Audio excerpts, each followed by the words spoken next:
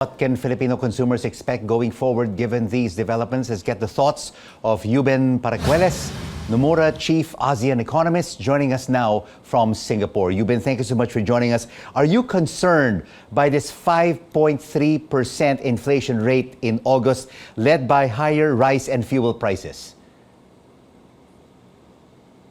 Hi, Rico. Good evening. Thanks for having me.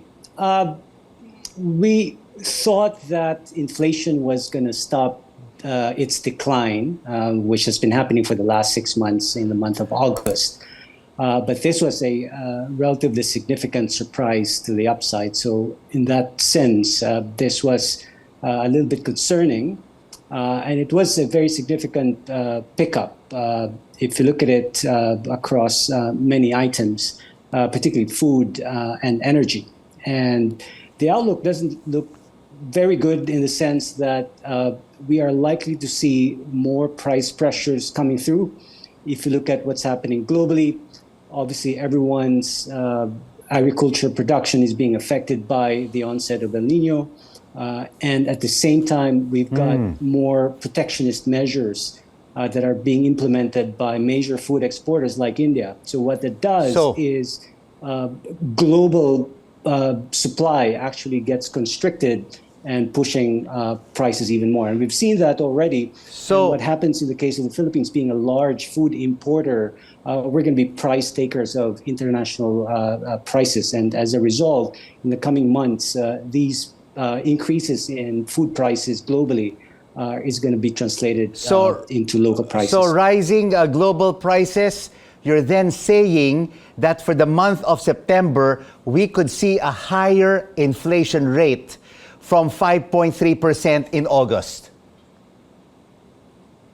That's very possible, Rico. So in fact, after today's reading, I just raised my forecast, inflation forecast for the full year to around 5.9. So on average, that's above the 2 to 4 target of the central bank. And the profile of that new forecast is now that for the month of September, we'll probably see another increase to maybe 5.4 or 5.5, taking into account what's happening in oil markets. We've seen crude oil prices picked up as well at the start of this month, and then you combine that with the existing food inflation pressures that we've seen both domestically and globally. So near term, I think the pressures will still pick up before it starts to come down towards the end of the year. So will this put pressure then on the Bangko Sentral ng Pilipinas, which meets yet again for a monetary policy board meeting in mid-September to raise the cost of borrowing? Just on this reading alone, Rico, I don't think the central bank needs to panic and react immediately.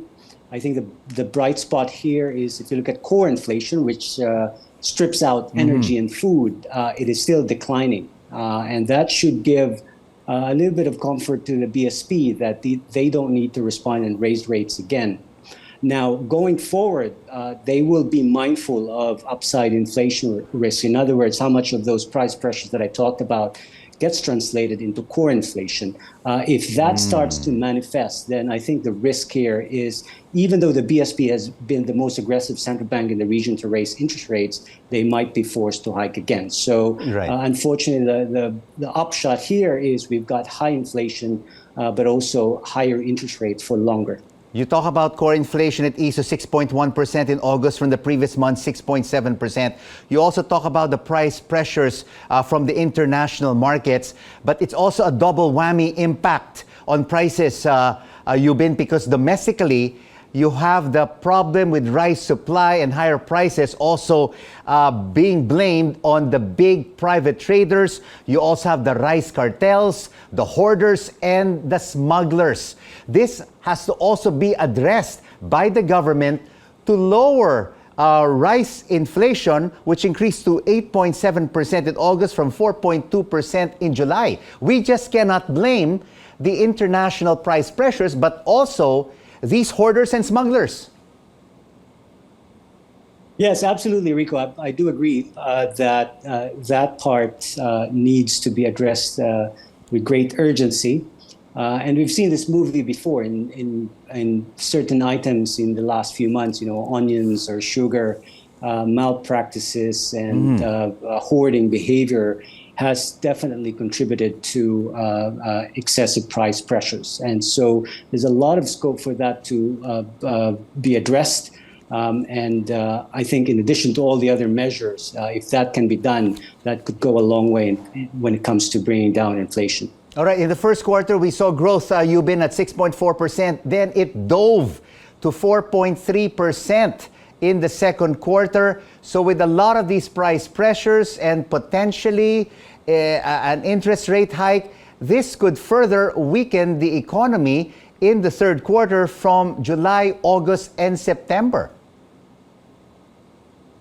Yeah, that's very possible. In terms of my GDP growth forecast, I'm now putting it at around 5.2 for the full year.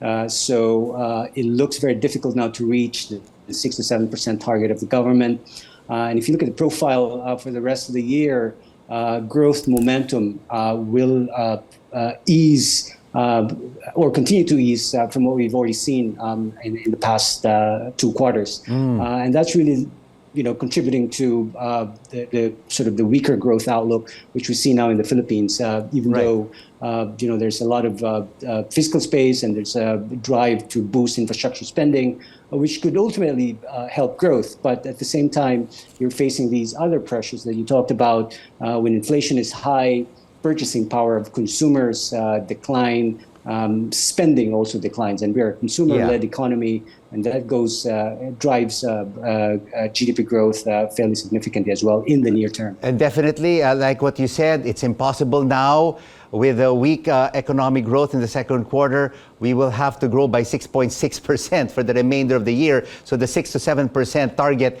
may be in the back burner. Even inflation of 2 to 4% may be impossible to attain. So some critics are now saying, Euben, we need a competent agriculture secretary who is the president and who is needed to stop food inflation from worsening. Is it time now to find a new full-time agricultural secretary to be able to focus on the problems of our food security? Difficult one for me to answer, but I think the case is very clear that there are some issues that we've been facing in the last few months already on the food sector and the agriculture sector in general. And so it's probably not just a question of manpower and who's in charge. I think it's really a whole of government approach, as some officials have started to talk about. And I think they have to be a little bit more coordinated in their responses. And as I said, very focused on what needs to be done, especially on the malpractices that have contributed to higher prices. So I think there has to be a sense of urgency to try and push and implement some of these measures to bring down inflation. Thank you so much for your insights and for joining us in The Final Word. Euben Paracuelles of Nomura joining us from Singapore.